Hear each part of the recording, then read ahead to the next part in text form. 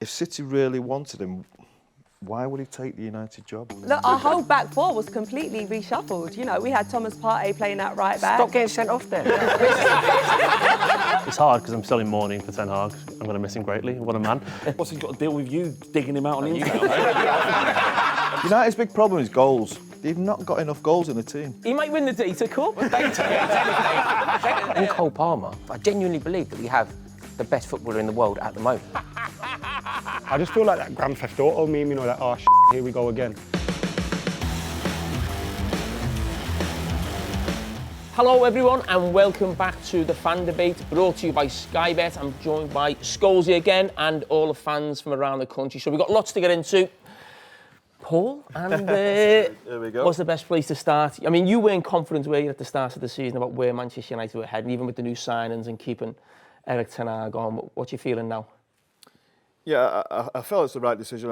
I felt any time over probably the last 6 to 12 months, he probably could have done it. Look, I know he'll go back to winning 2 trophies in the League Cup and the FA Cup, but the league is where this club should be judged really. And what are they, 14th? I don't care who's manager. If Manchester United are 14th in the league after 9 games, they're getting sacked. And I just felt there was just too many lows over his period of time. You think of the Liverpool game, the 7-0. Obviously devastating. City a couple of times, so some bad defeats.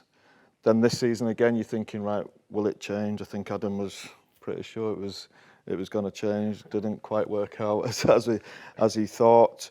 And then there was 2 again, really damning results. I think the Liverpool game at home was disappointing, and then the Tottenham one was probably the last straw. But I go back to last season. I think of that Crystal Palace game when they lost 4-0. I thought that was the end. And you don't like asking for managers to be sacked, and you don't like seeing them sacked. You want them to work. I think they give him enough chance, but after seeing that Palace game, I just thought that's the end. They have to move on. And Do you think they should have changed them then before the cup final? I thought at the time they should have done, yeah. I thought I'd never seen such an abject performance from Manchester United. I thought it was one of the worst performances I'd seen since I can remember. I thought it was that bad. Now, looking back, it probably the right thing to keep them on because they went on to win that. Amazing how they won that. I don't know what they did. Now, to carry on as they did, I think it was well documented. They were speaking to managers during the summer. They had his so-called review during the summer and decided to give him another year's contract, which, looking back now, was a big mistake. You think of the money they've wasted in that time with the players he's brought in, and get to this point now where they're in a bit of a mess in the league, a bit of a mess in Europe as well. They've 3 draws out of 3 games in the Europa League. So it was time for change, I think, and let's hope they can get the right man. Well, as well as the fans, we've got Laurie Whitwell from the Athletic, the Manchester United correspondent. Laurie, can you give us a timeline about sort of maybe when they were really thinking about making this decision, or was it just on the back of what happened at the weekend? No, I think they've been considering this for a little bit of time. Obviously, the way results have been, as Paul's reflected on, last season even, they were thinking about it right back then. After the Crystal Palace game, there was actually a decision really made to change manager, and that's why they went and looked around in the FA Cup final, totally changed the dynamic, and then they tried to back Erik Ten Hag in the summer. But I think in this season in particular, that Tottenham game probably, I think, made them think, okay, maybe this isn't going to work after all. They spoke, Omar Barada and Dan Ashworth spoke before the Liverpool game, that they went on to lose 3-0, fully backing him. But I sensed that in the sort of days and weeks after that, there was maybe a little bit of uncertainty over how to proceed with him. And then I guess there was that ExCo meeting, the executive committee meeting that happened in London at the Ineos headquarters early at the start of October. And I think they were discussing what to do as a contingency if results didn't improve. And then, as we've seen, I think they're moving quite quickly for a replacement, and that usually indicates that work has been done behind the scenes beforehand. You've obviously got good contacts at the club at the top, the top brass there. I mean, is there a feeling that they've made a mistake in terms of holding on to Erik Ten Hag a few months into the season and spending, 150, 200 million in the transfer market? I think they'll have to reflect on that, won't they? Because ultimately it's not worked out. I think they tried to make the best of a difficult situation because they had Dan Ashworth wasn't officially in the building at that point. Omar Barada wasn't until July.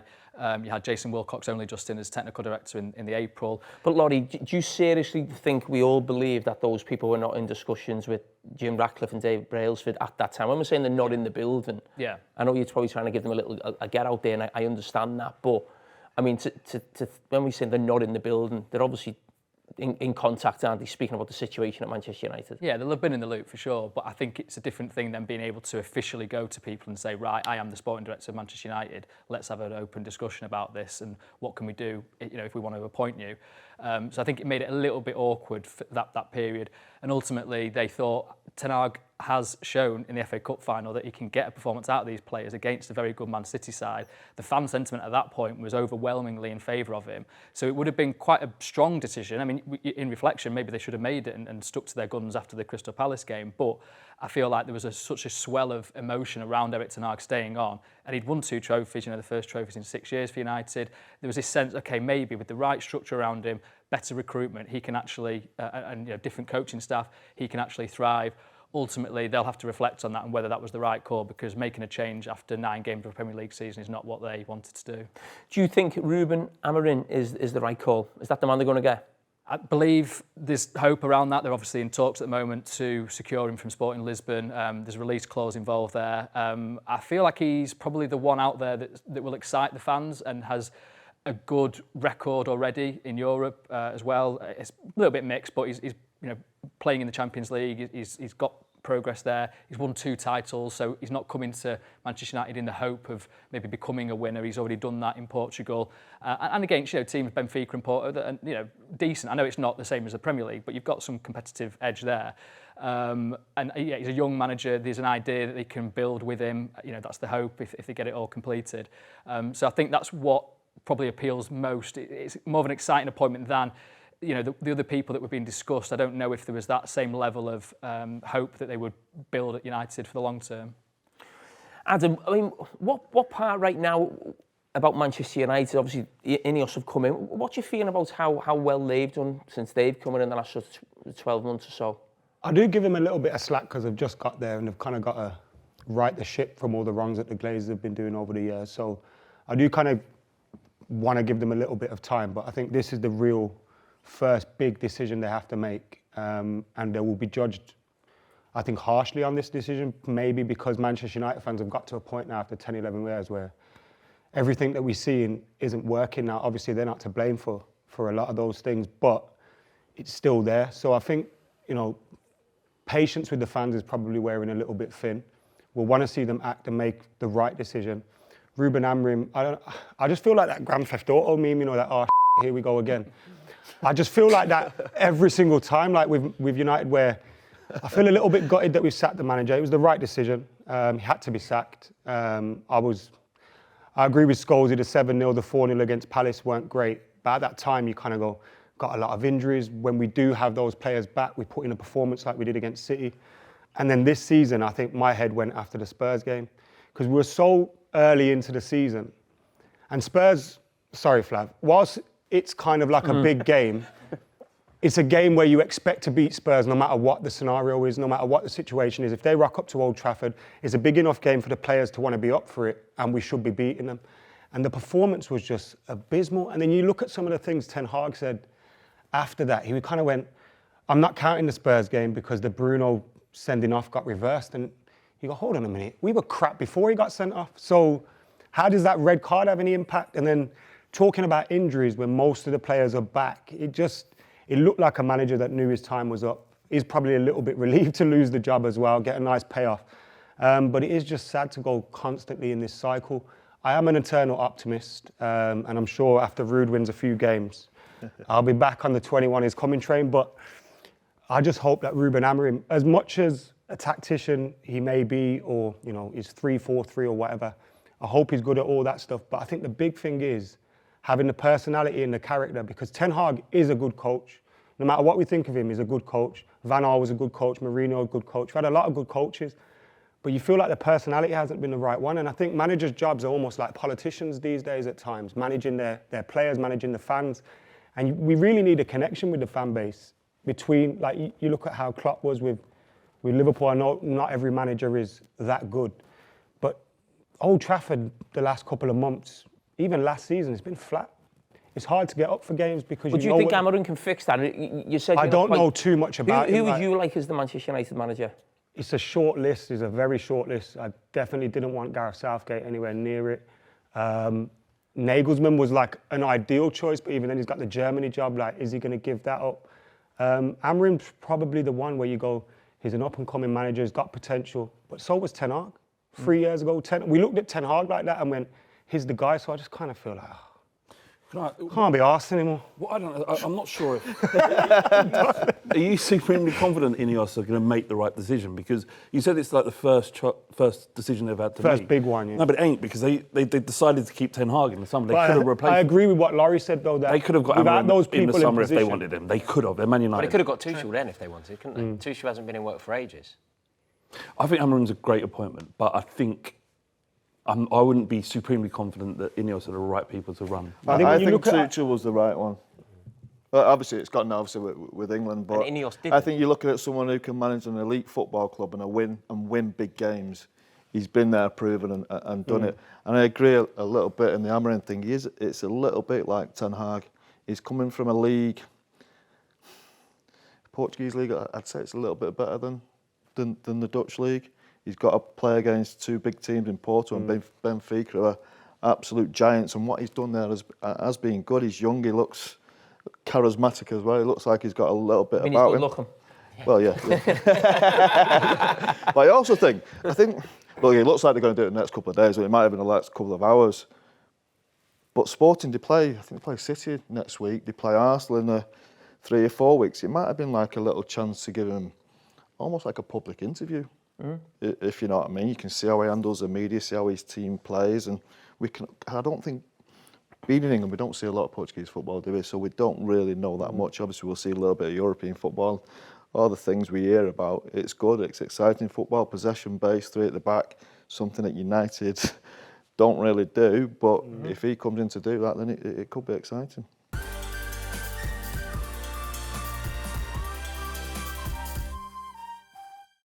Gareth, what did that bring you in? Because from the Liverpool side of things, and certainly going back to when I was a player, and we would be in the situation United in right now in terms of not permanently changing manager, but the next manager's going to take on United and Ferguson, if you like.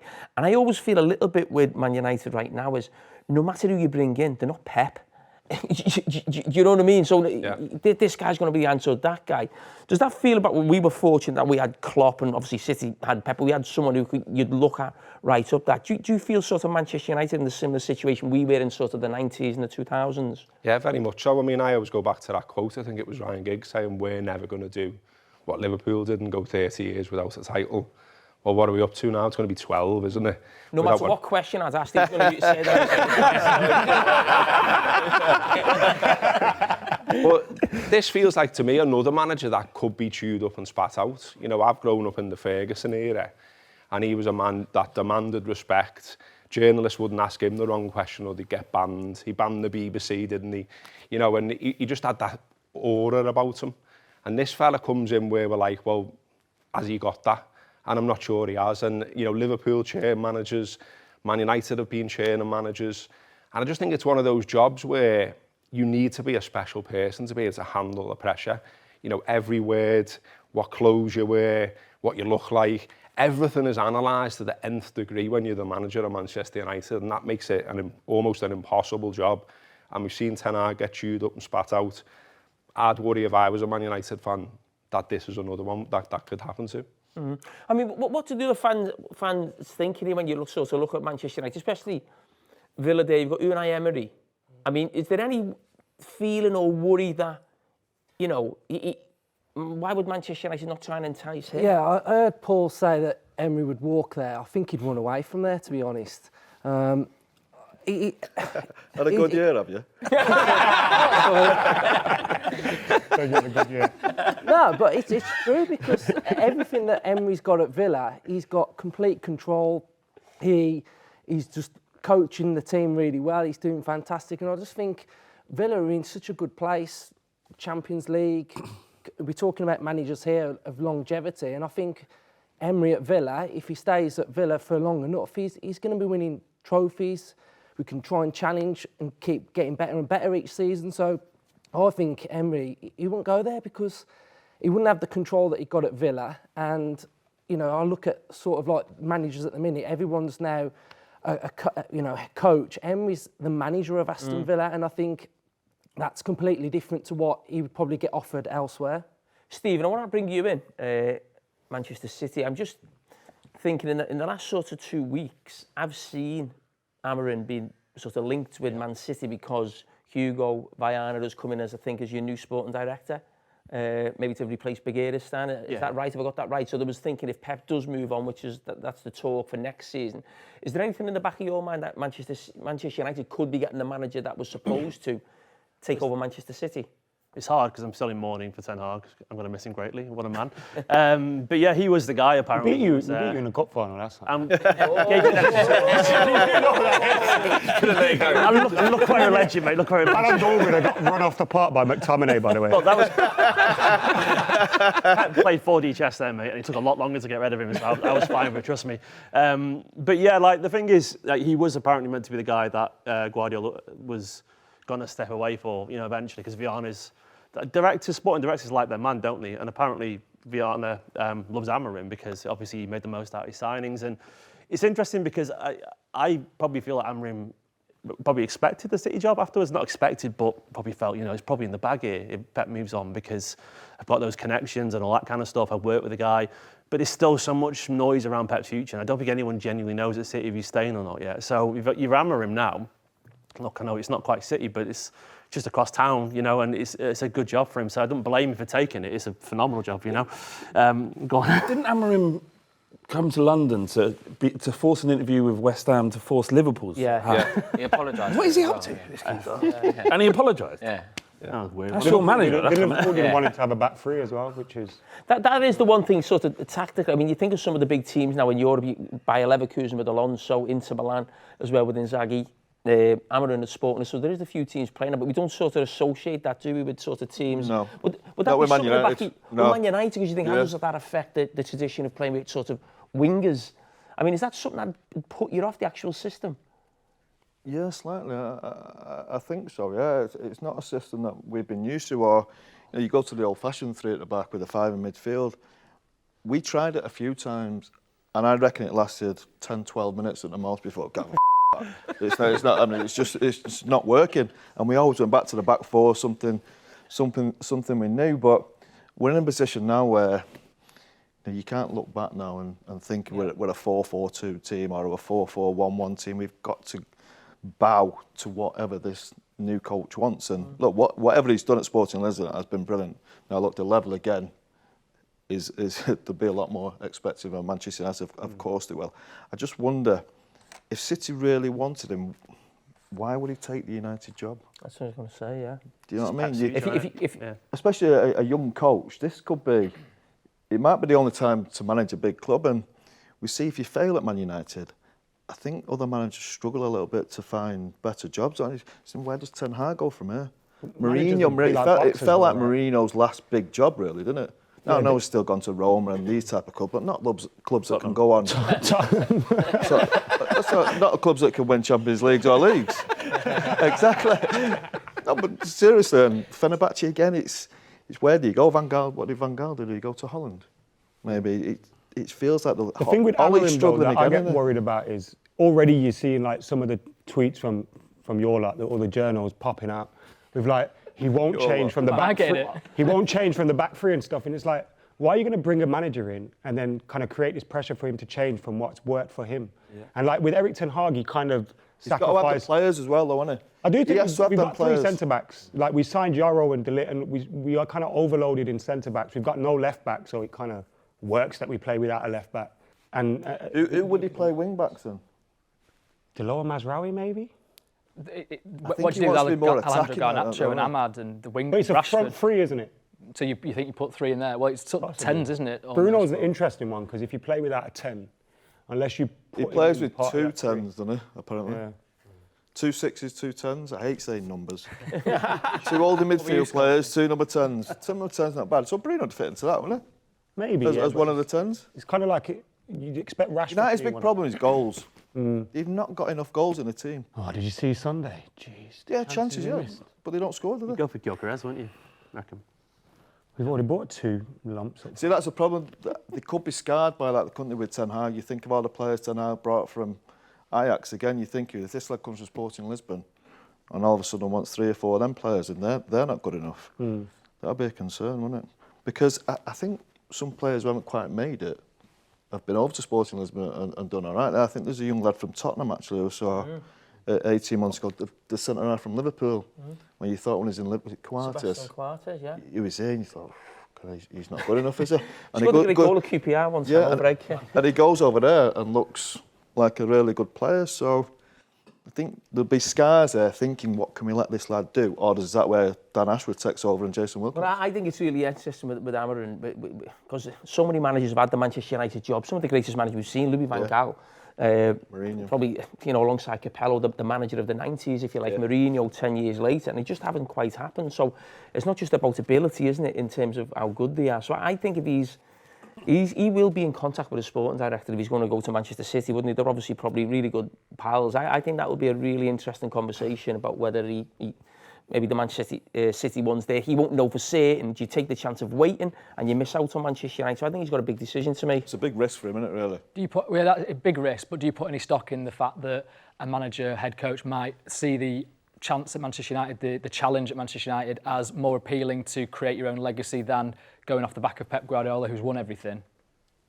Maybe I'm being naive in that and thinking that's just going into the winning question, machine. but the job would be a lot easier, won't it? You see how hard this lot's gone to Liverpool. Yeah. And that squad, to me, as we said earlier, it felt ready. It felt like a squad that could challenge him. I think it was a little bit easier for him to go into that. What he'll be coming into is... I don't think our squad's that bad, you know. I know we're missing a few. I genuinely don't. That's why I was a bit frustrated. It's not as bad He never says this every year on this. It's not as bad as 14, but it's bad, isn't it? Yeah. And plus, I don't think Amorim wants to manage Where's the very best this squad could finish, in your opinion? If they had the season of their lives now, where could they finish? Fourth at best, but even then you're looking at the teams above us already, it's probably gone. There's too many in between us last season. I think you're right. I think at the very best they could finish fourth.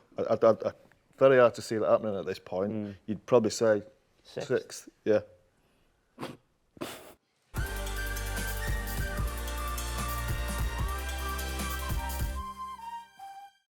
From losers to winners, and we've got Lee at the top here. He has won the Super 6 £1 million.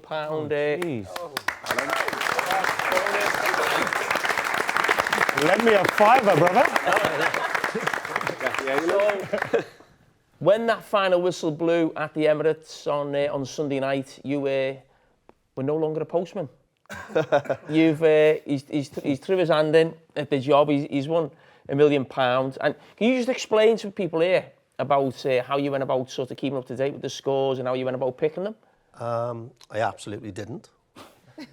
So an hour after the game had ended, I was having phone calls, texts, it's you, and he was just using my first name. I was going, no, it wasn't me. I've gone on and looked, but I looked on the week before, and I'd only had 2 wins. So that was definitely not me. And then I was having phone calls of Sky saying, well, I was blocking them because I thought that they was coming up as unknowns. I was blocking. And then my daughter came up on Instagram and she said, you've won it. Your full name is you. Twitter, sorry. Come up, you've won it. And I said, oh no. So all of a sudden I had to get the block off, which we was panicking to get it off. And as soon as I got it off, he rang straight away and he said he'd won. So he wasn't even watching the game at the end of the Liverpool game? He didn't know. Turned the Liverpool game off. Didn't have a clue. Yeah, I didn't know. And he must be the only man in the country who picked Man City 1-0 at home to Southampton. What was the thinking there? It was only because Southampton has been, they've been quite poor, and I thought that the manager used to be Swansea City manager, and I thought they're going to sack him if they get a 5-0, 6-0 beer.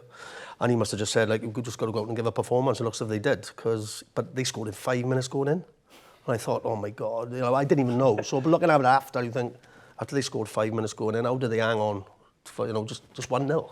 Yeah. All those last-minute goals on the Saturday. Yeah, 3. You must have been going mad. Well, I don't know. What, even on the Saturday? You didn't check the Saturdays either? I don't know. No. You didn't check any of them? No, nothing. Oh, I'm glued to it. He didn't even go into Sunday, leading the 2 Sunday, games. I didn't know either. I need that. Is this a good advert for Super 6? I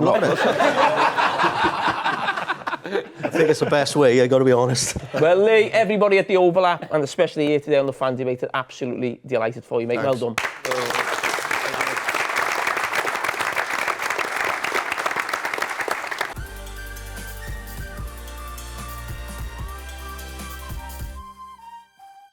Right, I want to go to Chanel, debut on the Fan Debate, representing Arsenal.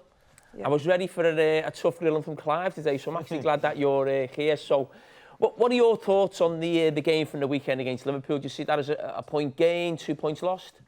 In my opinion, I feel like we should have really have won that game. I feel like Arsenal went out attacking. Like Arteta said in his press conference prior to the game, we're going to go out there flying. I'm sure a lot of people are probably writing us off the fact that we had Saliba out because of his red card, the fact that we was faced with all the injuries that we did have. But I was really proud of the team.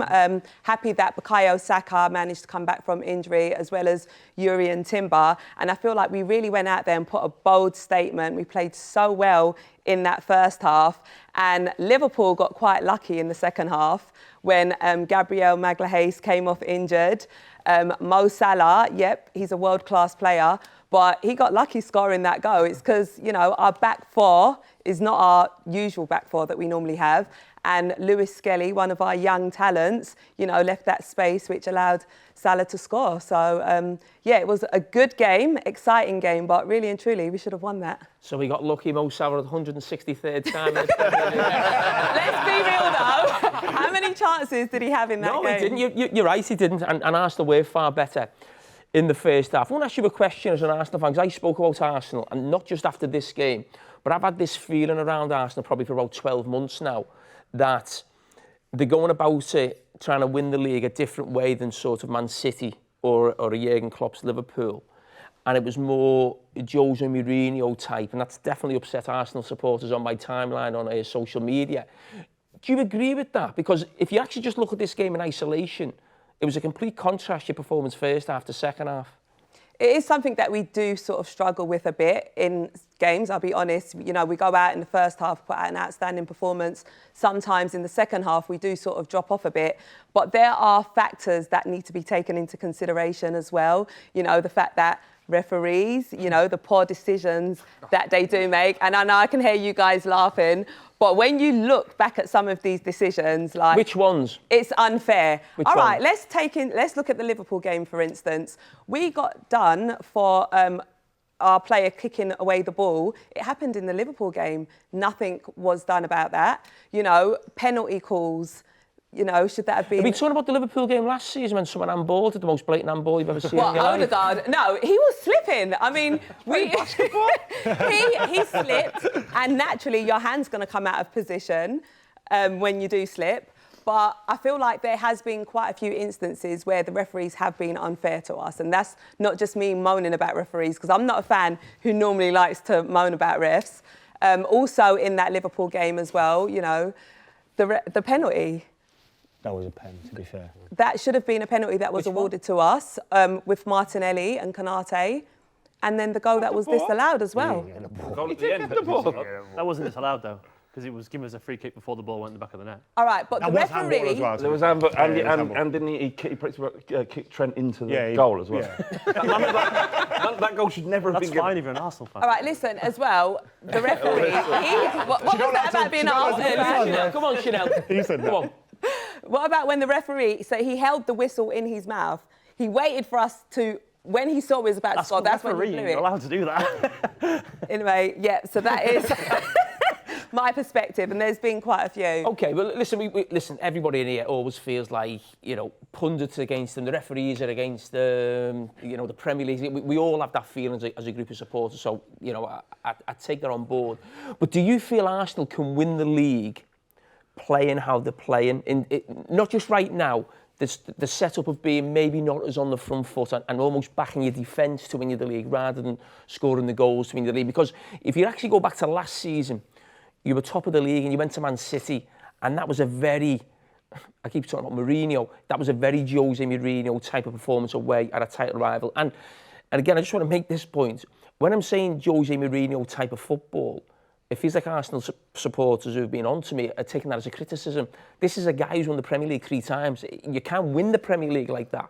So, I mean, do you think you can win the Premier League playing like that? I feel like we can, because I feel like, yeah, we do defend when we need to defend, but we can also attack. And we've got, you know, different players across our midfield and our attacking front line who can score us goals. So I am happy with the style of football that we are playing, and when we need to attack, we're able to do that. When we need to defend, we're able to do that also. So I do feel like we can win it. We've got players as well who are versatile, who can slot into different positions. We've got our fullbacks who can invert as well. So I do feel like we can win it with this style of football. And providing, we're not, bombarded with injuries like we have been. And the key thing right now is discipline, something that Mikel Arteta was able to get under control at the club. It's been a little bit shaky. Arteta's got it under control. He did have it under control. In 9 games. We've got off to a bit of a shaky start this season, but that is something that Arteta is going to stamp out. I feel very confident. Arsenal had the most red cards. Yeah, go on, Jeremy. Discipline's a problem.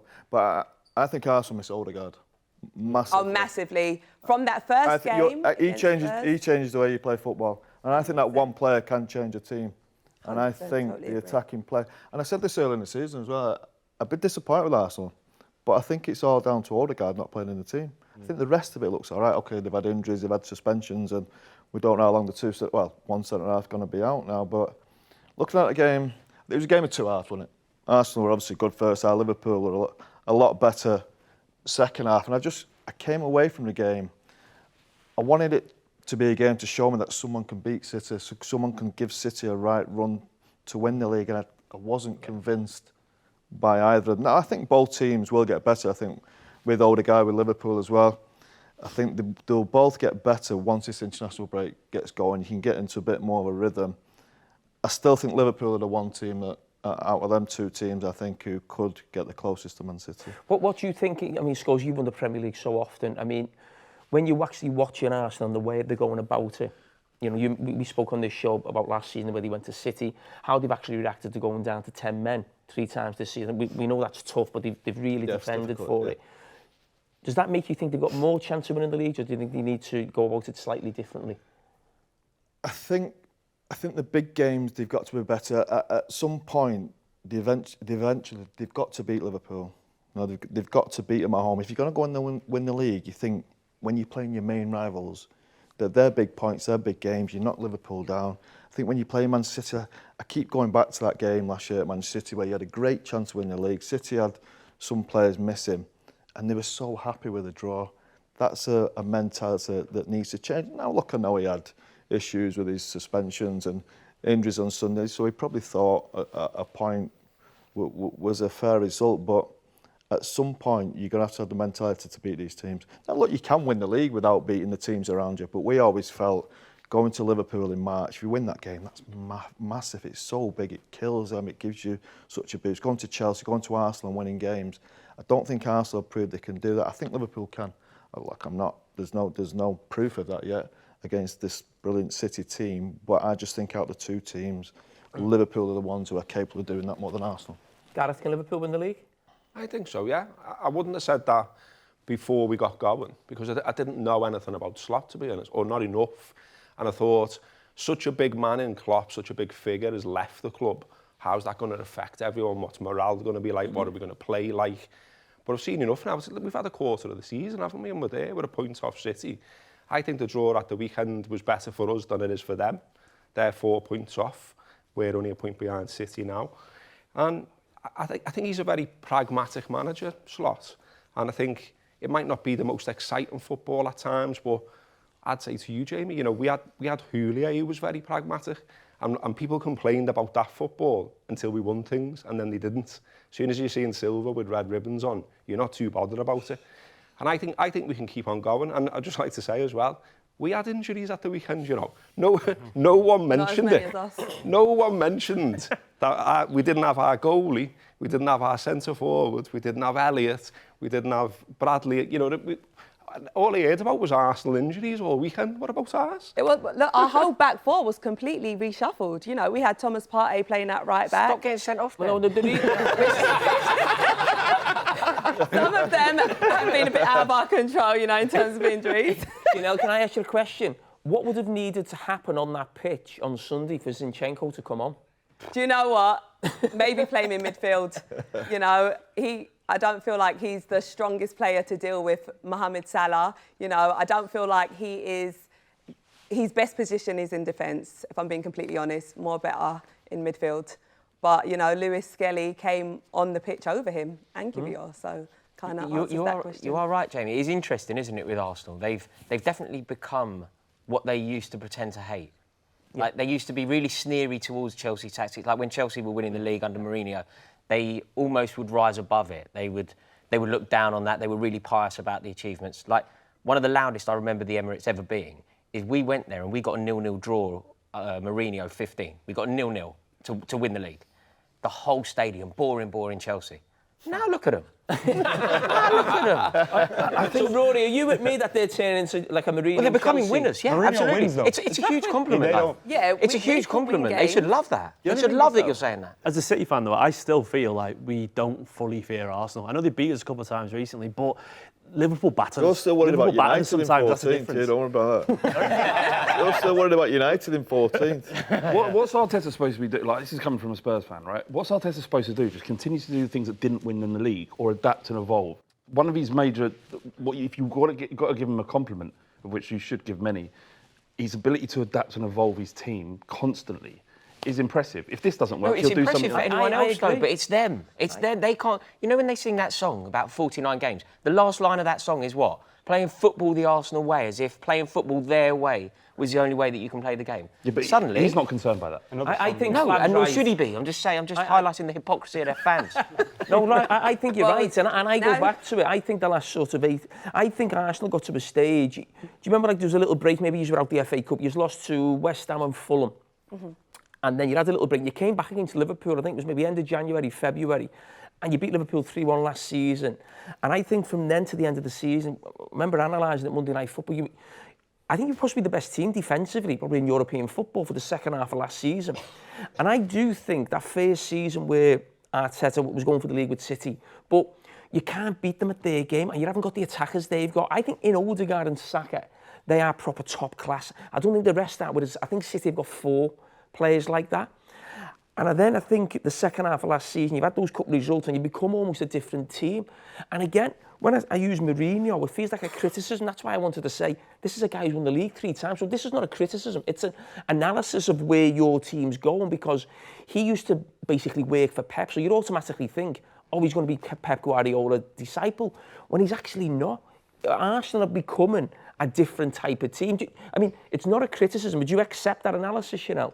Well, Charlene, by the way, Jamie. Can I not read here? Don't worry. No, I'm not having it. I'm not having it. My name wrong. Oh yeah, it's Charlene Smith. Thank you. We're playing production on that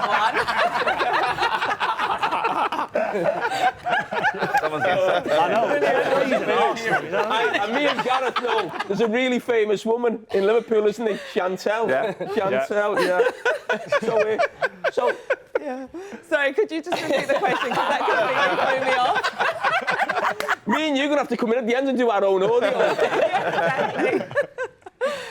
What was the question? Sorry. I don't know. What's your name?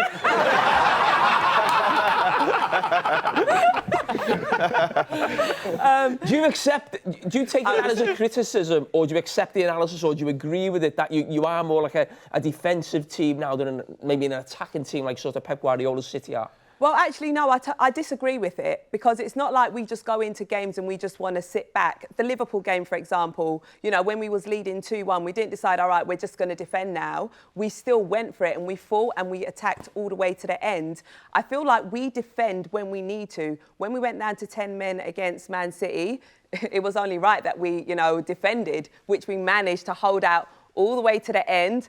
Again, Man City got lucky because the whistle should have been blown at that point before Stones scored that goal. Get off your arse then and play football. In that situation, when you're playing against Man City down to 10 men there was more time. and you're leading, yes, we needed to defend in that game. But I wouldn't say we're a team who's just going to sit back and want to defend. We've definitely got the attacking players and we do go out and attack. So I disagree with that. It's the dark art stuff as well, though, isn't it? Yeah. Like, you know, you were disrupting at the weekend, you know, you're lying on the floor before when nothing's happened, and our players stupidly are putting the ball out because there's someone lying down. I'd be putting it in the back of the net, me, and then worry about it later why he's lying down. Because Timber, he had just come back from an injury, and as you saw, he had gone down twice, and he came off injured. Just having a little this rest. is out of our control. Last season, we had him out, for a whole season with a big ACL injury. Takes time, for players to come back, but that's something that's out of our control. We're not a team that just go down for no reason. I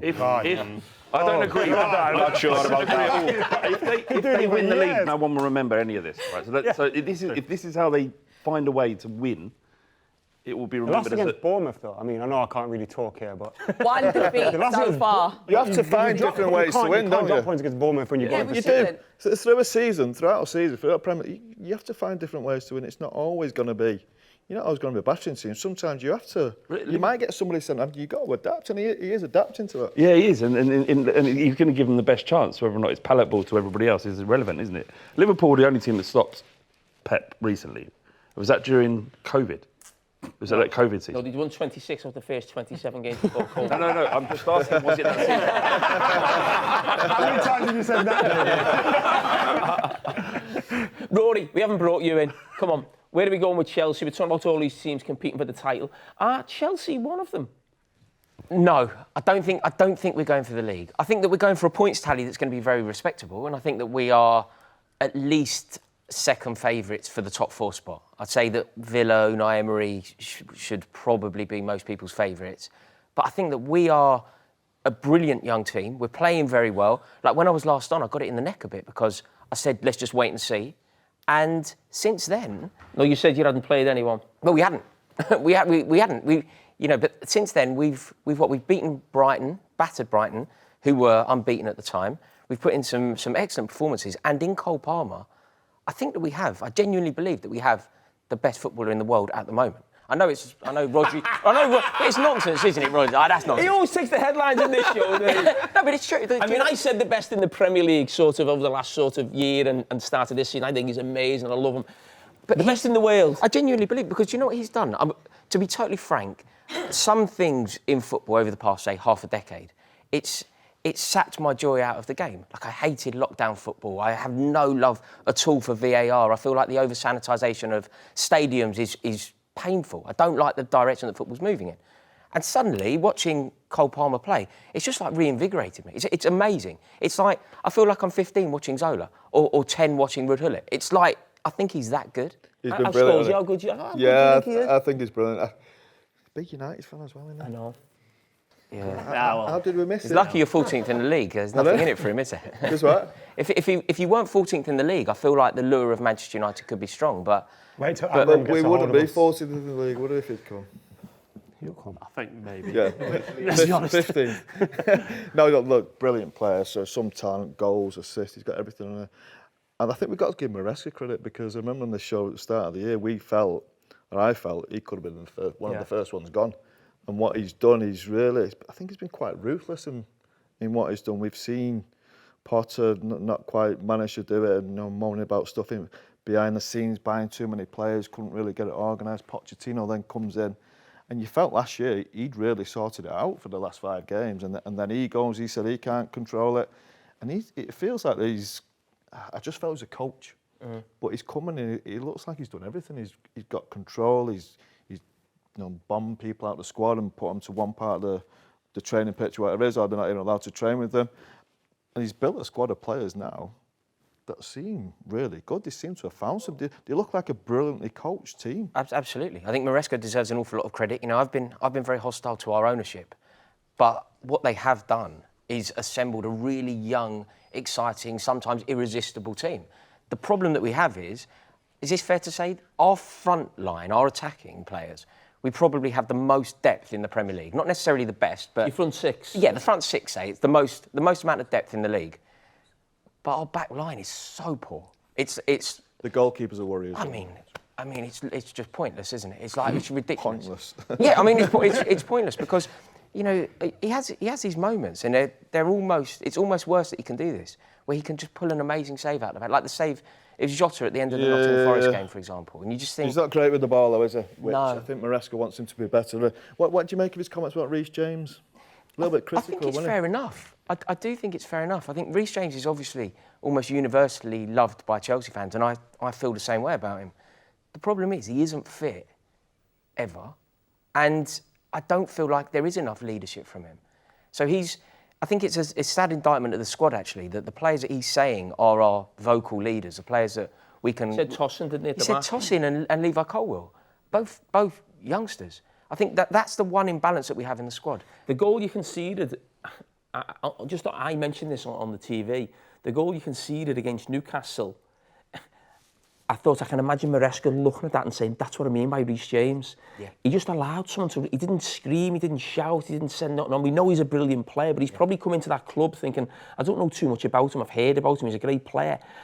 And you probably know better than me, is he a really shy, quiet lad? Is he I think about the he is. place? I think he is quite a reticent bloke, like naturally. I don't think he's a captain in the way that we would John traditionally. Terry, yeah. He's not a John Terry style captain, but you can still be a really effective captain without being that. You could be N'Golo Kante, for example, captain by example. You can still be that. But no, I don't think that Reece James exudes the qualities that's needed. I don't think he's fit enough. So it's a very difficult situation that we have, because what's so apparent, and Reece James really needed to like elevate his stature in the team because we're now so young and so new. You know, if say Thiago Silva was still there, just somebody who has a little bit of prestige. Will they change the captain, do you think? I mean, probably the worst thing Maresca has done is ever giving it to Enzo Fernandez. Sorry, you talk about John Terry there. Your captain usually plays every week, doesn't he? This is the problem And with there's Reece just no James. guarantee with that. Like Reece James made his first start for basically a year Yeah. the other day. Like it basically feels like it's unsustainable what's happening with Reece James. And in Malo Gusto, we have a decent player, but I think the captaincy needs to move from James and from Enzo Fernandez. Who would you give it to? I personally would give it to Cole Palmer, just because I feel like he is the kind of player that would rise to the occasion. It would inspire him and take him to the next level. Like Manchester United did it with Rooney once, didn't they? So gave him the armband. Yeah, I don't think it was a permanent thing. They've done it with Bruno Fernandes, haven't they? Who was supposed to play. No, I'm looking for something to back my point, not. I know, so there's something not to back it. What is the value of the actual armband, though, to the players in the squad? Does it mean that much? Do you know who the leaders actually are? Is the band really important? Yeah, I think it's quite important. But we had some unbelievable. When I first came to see Brian Robson, I think it's someone you look up to with the stature, the presence. He looks after his players all the time. Roy Keane, these types of players. I think it's important. And you look at Arsenal, you look at the great captains, Tony Adams, and then you look at Chelsea, and you think John Terry, Donny, Liverpool, was you captain, Stevie G. All the big characters in the team. I think it's important for these young players to look up to that type of thing. So I think it's big. Reece James, I remember when Reece James got appointed, I thought he doesn't look like a captain to me. He seems very quiet, very shy in himself. And look, you can be captain like that, but it just wasn't the character you'd expect for someone of the size of Chelsea Football Club to be a captain. Do you think you can be the kind of player that Cole Palmer is and still be a captain? Because the players that you listed there, they're the kind of gladiatorial, gung-ho players. They're all like 100 miles an hour in tackles and all of that. Whereas Cole Palmer is different. Off the pitch, the big characters as well.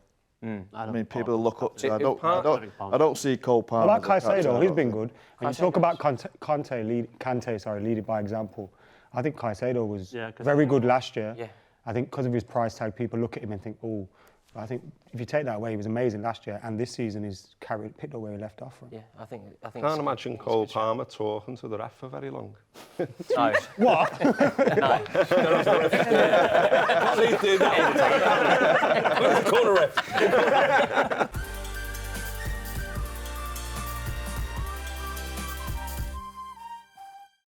Flav, where are we at with Ange? Are we Ange in, Ange out? Is it changing week by week? No, it's not. It's not changing week by week. We're very much, I am very much Ange in, but I don't think it's a conversation that has much debate in it really. Since he joined the football club, I've essentially watched every minute that Spurs have played, and I've seen a significant degree of improvement.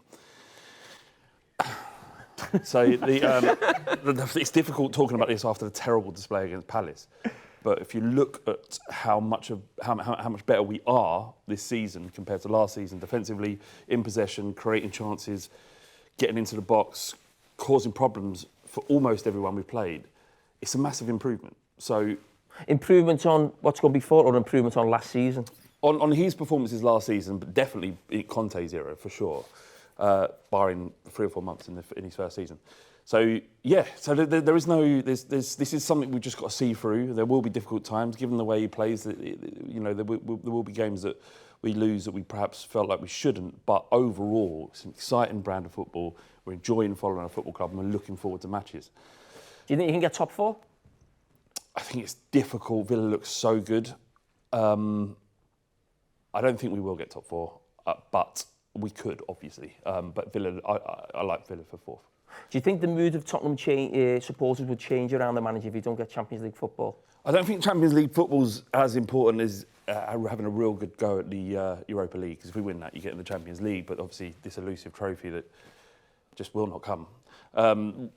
Means that these League Cup runs, FA Cup runs and Europa League runs are going to be more defining for Ange Postecoglou this season than if as long as we finish 5th or 6th, then that's a really good season. The trophy's going to come this year, though, isn't it? Because Postecoglou guaranteed it. Yes, Didn't he say that? He guaranteed it. I always win silverware in my second season. And do you know what? I absolutely loved him for saying it. I loved him for saying it. I love him for saying it in May when you've won nothing. Yeah, but so what's he got to deal with you digging him out on the internet? I'm sure he'll be all right? So, what are the things that have been aimed? What are the things that have been aimed at Tottenham that we're Spursy? We can't win. We don't have a manager that believes in what's going on at the football club. Conte literally setting fire to the club from the inside out. He's going in there going, no, we win. This is what we have to do. That isn't how people that work for Tottenham talk typically. So what we're seeing is a manager taking responsibility, saying, I will deliver a trophy this year. That's not something I've heard from a Spurs manager for a long time. So if he's saying, we can do it, if we don't in the end, we'll do it next year. If Ten Hag wasn't in trouble, there'd be a lot more chat about Ange, I think. If Ten Hag wasn't the story right now. Well, you think Ange Postecoglou? Yeah, Solanke's a big lump. You spent how much on him? That's an insane thing to say. He's useless. You spent 60 million on him. He's not useless at all. He's like a Bournemouth striker. So that's it. So this what you Laurie, wait a minute. Sorry, did you say before that if United won on Saturday, I nearly interjected there, but I thought you would have gone ahead of Tottenham? Yeah. Sorry, what was it? United would be above Spurs if they'd have beaten West Ham, as they probably should have done. Yeah, the results haven't been there this season, for sure. I'm not suggesting that thus far we should be over the moon, but you can see the improvements, and if you want to, you can look at the data and it proves that we're playing much better than the results. Just not the league table. Data. If you look at the you might win the data cup. Data. We won that. Tony Cascarino won it. Hang on a second, that's not an outrageous thing. Before won by Palace in that final. It's not an outrageous thing to look at the statistics, just maybe have an idea about where Spurs are at the moment. All right, Luke, I want to get to you. You said before about, you didn't just say trophy, you said trophies when you were talking about Aston Villa and Unai Emery. Now, if we're being honest, what Scholes you just said there about Tottenham before, about maybe a manager winning something there, it's like, these are both really big football clubs, just on the edge of sort of maybe joining the elite. You know, Aston Villa are top of the Champions League group right now, but I think if you ask most people, they still don't believe that you would probably win a trophy. You still need we need a lot more convincing. Do you believe Unai Emery will win a trophy? Yeah, definitely. I think when I was on last time, I said, you know, we keep getting asked, like, can you get top 4? And I think, why are we only focusing on, like, 4th place? We're in the Premier League at the minute. We are averaging 2 points a game. We're level on points with Arsenal. I think there's so much potential in this team, and like what I said earlier about sort of this is like our Klopp, our third year at Villa. It feels like we've got this guy now that is just taking on the massive challenge of being consistent and trying to take Villa up as far as he can in the Premier League. I think trophies are important because that's what everybody remembers. Carabao Cup, we've got Crystal Palace. We win that, you're in the quarterfinals, and we've got an opportunity there to win a trophy. But I think the big thing for Villa is that we're consistent. Like, I look at Spurs, and we're so much more consistent week in, week out than Spurs. And this has been a horrendous show. I don't think that's how. What haven't said anything? I've said how good you were. You support a horrendous He's club. saying it. He's predicted that Palace are going to beat you. Like, nobody has any faith in you.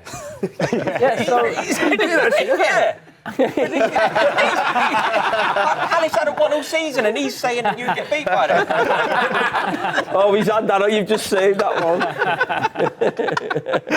Spurs. Yeah, so I just think everyone, you know, probably should think of Villa a bit more than just a team now that's just trying to maintain Champions League. I think we can go higher, and yeah, All right, Stephen, talking about trophies, your man won the Ballon d'Or last night. There's been a big fallout from that, certainly from Real Madrid. I mean, must be really proud to have a first Man City player to have a... mustn't it? Definitely. We had George Weah once. So, Oh, so yeah. I think he's a bit older then, to be honest. I feel he deserves it, obviously, as a City fan. I mean, Madrid, by the way, to quote your mate, big babies, absolute babies.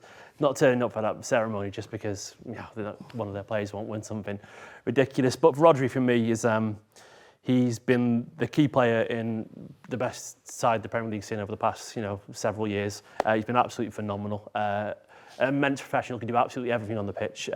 There's sort of been a narrative to try and paint him as just as number 6, but he's so much more than that. To have 20-odd goal contributions in a season, to score wonder goals in the last minute with either foot, to be one of our chief playmakers while also being the guy to win headers in his own 6-yard area and take the ball up the pitch. He's absolutely brilliant, can do absolutely everything. And you look at what he's achieved over the past year, Premier League, the UEFA Super Club World Cup, play the tournament in the Club World Cup, won the Euros with Spain, played the tournament there as well. And it's not just that. I mean, it's been building to crescendo for a long time. Of course, the treble, the goal in the final, the Champions League player the season before that. I know that was 2 years ago, but it all builds to this moment, and Rodri's getting his just rewards. And if I'm being honest, I really do feel it's a victory for football as a game, because so much is drawn to the attackers, rightfully so. I know how you feel about this, Rory. I saw your tweet about him, mate. But to me, football, it's not right, though, because you can't always just celebrate the artist. But then even painting Rodri as a simple footballer, it's just such a misunderstanding of what football's all about.